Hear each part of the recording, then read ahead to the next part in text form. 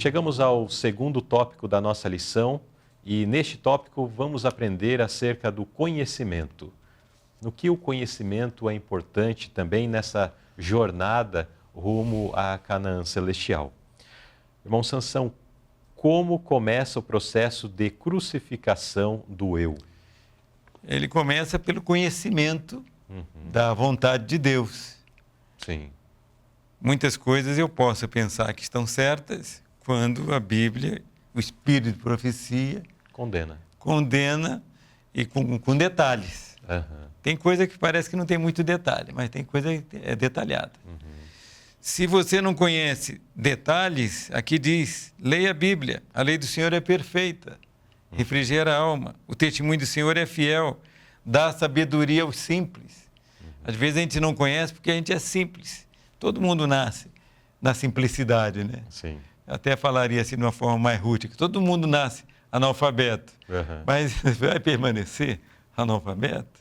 Um pai consciente não deixaria seu filho analfabeto. Então, um crente consciente não pode crer no analfabetismo.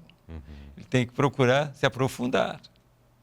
E através do conhecimento, né, da vontade de Deus. Analfabetismo espiritual, Isso. né? Exato. Daí, resolvendo essa questão do analfabetismo espiritual, ou seja, buscando o conhecimento, vai conhecer a lei de Deus, a vontade de Deus, e automaticamente, nesse processo, que aqui fala, né, um processo de crucificação do eu, vai perceber a diferença entre a vontade de Deus e a nossa vida. Sim.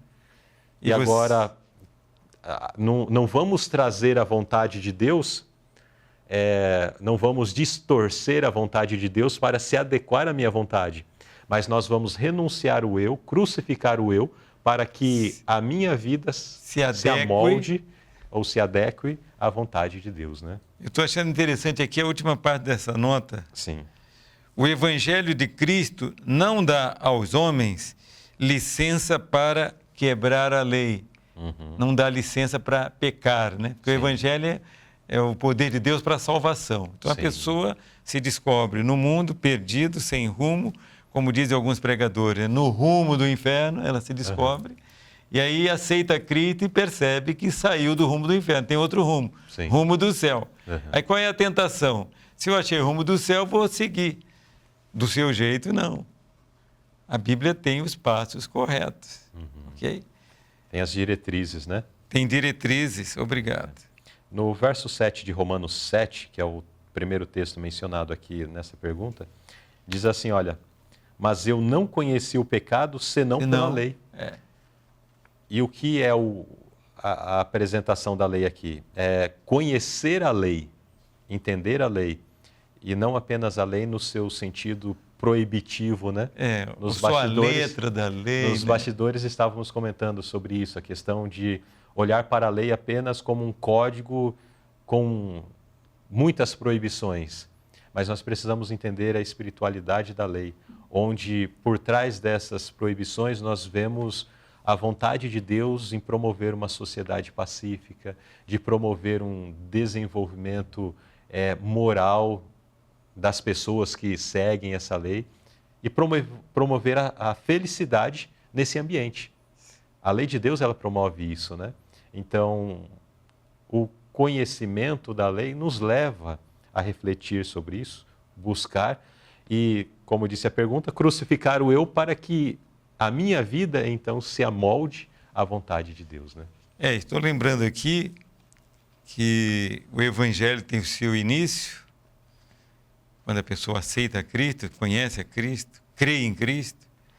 Depois ele tem uma jornada, que é o que nós estamos estudando, né? Ou já estamos passando.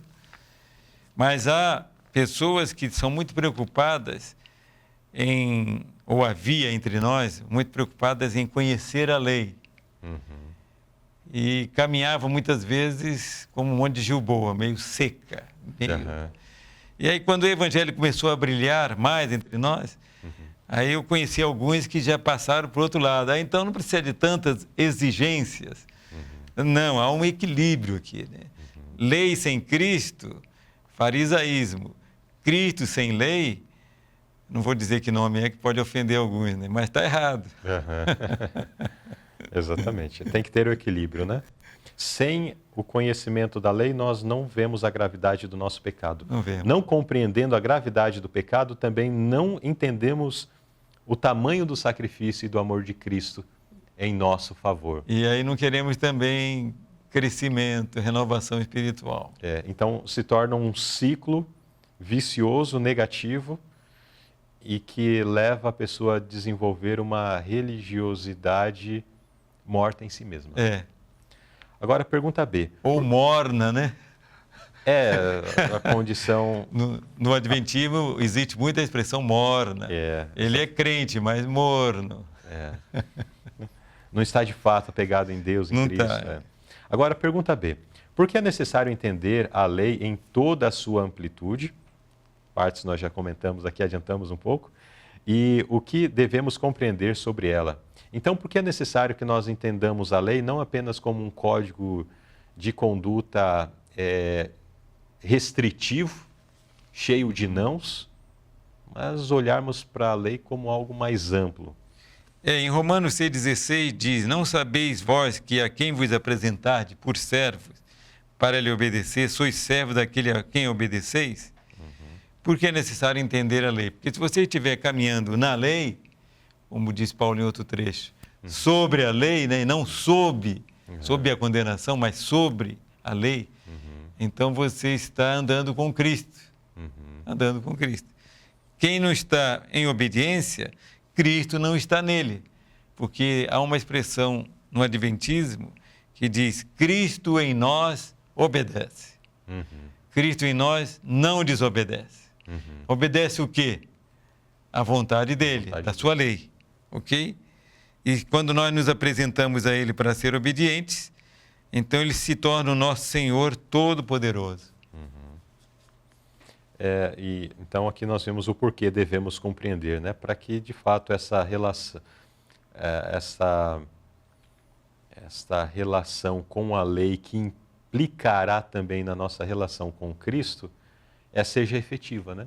Sim. Uma compreensão parcial ou distorcida da lei de Deus nos levará a uma compreensão também equivocada acerca do sacrifício e amor de Jesus, né? Então, aquele que diz assim, não, a lei não precisa para nada, não aceitar implica Jesus em nada, e tal. Mas essa pessoa sempre será deficitária na sua relação com Cristo. Ela diz que está com Cristo, mas as suas obras testificam que de fato está no mundo. Estou reparando aqui o texto bíblico. Sim. E eu serei para vós pai. Pai pressupõe alguém que tem autoridade e tem regras, né? Pai de verdade é uma autoridade no lar, na família. Sim. Mesmo idoso, ele é autoridade. Ele é respeitado, se ele é um pai de verdade. E se os filhos são obedientes. E vós sereis para mim filhos e filhas. Exato. Então, Deus tem autoridade sobre nós e tem regras que às vezes nós não entendemos bem, mas Ele quer que nós as examinemos para que sejamos achados filhos. Eu queria só